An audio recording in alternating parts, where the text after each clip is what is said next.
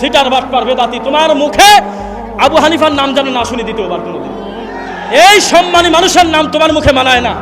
তুমি সুন্নাহ দেখলে তোমার মুখ শুকে যায়, নবীদের একটা হাদিস দেখলে তুমি ব্যঙ্গ করো, তোমার আমলের সাথে আমল না মিললে রাসূলের জ্বলন্ত চূড়ান্ত সহিহ সুন্নাহ দেখলে তুমি রাগ করো।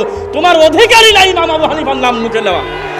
তুমি নাম নাও মনসার পাগলের, তুমি নাম নাও হলো ফেরাউনের, তুমি নাম নাও হলো নমরুদের, যারা বলেছিল যে আনা রব্বুকুমুল আলা। তুমিও তো একই কথা বললে কেন? আল্লাহ বলতেছে আমি আল্লাহকে ডাকতে কোনো মাধ্যম লাগে না। আজকে যদি মুহাম্মদ সাল্লাল্লাহু আলাইহি ওয়াসাল্লাম দুনিয়াতে বেঁচে থাকতেন, তার কাছে কোনো লোক যদি বলতেন মুহাম্মদ সাল্লাল্লাহু আলাইহি ওয়াসাল্লাম আমার পরপর 7টা মেয়ে হয়েছে, আমার বড় আশা, আমি রাত দিন দোয়া করি রব্বি হাবলি মিনাস সলিহিন, আল্লাহ একটা নেক বেটা বেটি দান করো আল্লাহ, এই কথা বারবার মনে করেন বলতেছে। তো আপনি যদি একটু ছেলের ব্যবস্থা করে দিতেন আল্লাহকে বলে, তাহলে আমি খুব উপকার পেতাম। বিশ্বাস করেন মুহাম্মদ সাল্লাল্লাহু আলাইহি ওয়াসাল্লাম কি বলতেন তা জানি না, তার পাশে উমর থাকলে ঘাড়ি ভেঙে দিত। কেননা মুহাম্মদ সাল্লাল্লাহু আলাইহি ওয়াসাল্লাম নিজেও চায় না যে কোনো মানুষ তার কাছে কোনো সাহায্য চাক। ইদা সালতা ফাসআলিল্লাহ, যা দরকার আল্লাহর কাছে চাও। আমি মুহাম্মদ আমার সকল প্রয়োজনের কথা আল্লাহকে বলি।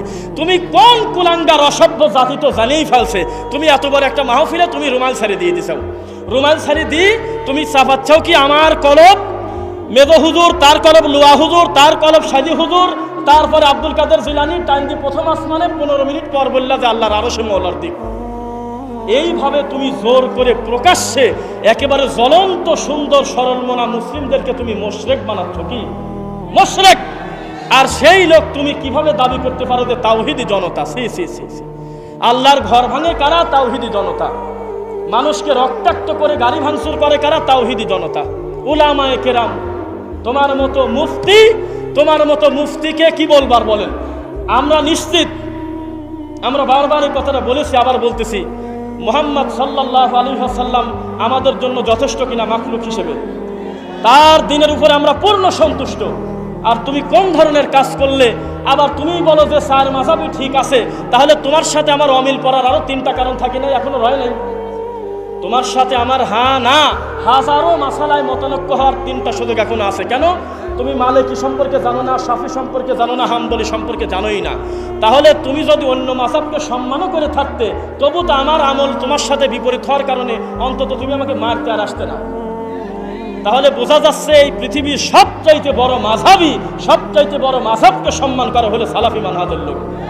কেননা আমরা ইমাম আবু হানিফা রাহিমাহুল্লাহকে বেশি ভালোবাসতে গিয়ে আল্লাহ বানা ছাড়ি নেই, কোনো দিন তাকে আল্লাহর মতো মান দেই নাই। তাকে আমরা মাখলুক মনে করি, কিন্তু তাকে আমরা একটা যোগ্য সম্মানী মানুষ মনে করি, জামানার একজন গুরুত্বপূর্ণ ব্যক্তি, যার দ্বারা অগণিত খেদমত আল্লাহর এই মাটির উপরে আছে আলহামদুলিল্লাহ।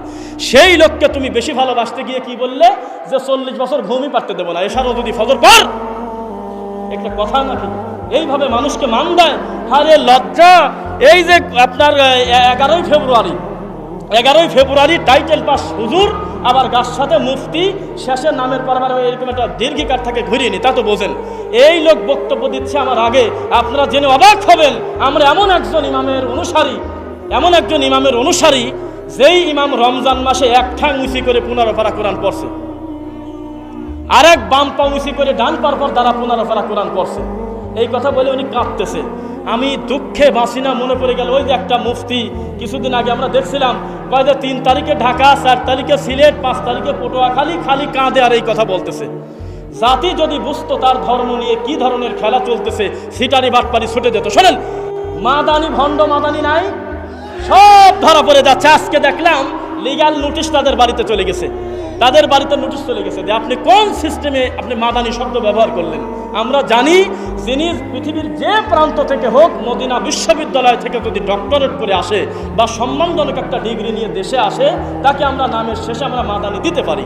কিন্তু আপনি তো ঢাকার বাইরেই বলে যান নাই, আপনার কোনো পাসপোর্ট এ পর্যন্ত তৈরি হয় নাই, আপনি এই কিভাবে আপনি নিজে মাদানি লেখেন? একটা লিগ্যাল নোটিশ বাড়িতে চলে গেছে। খুব লজ্জা।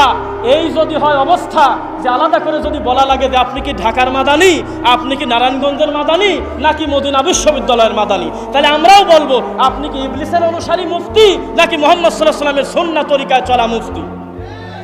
এটা অপশন তো আছে আমাদের হাতে।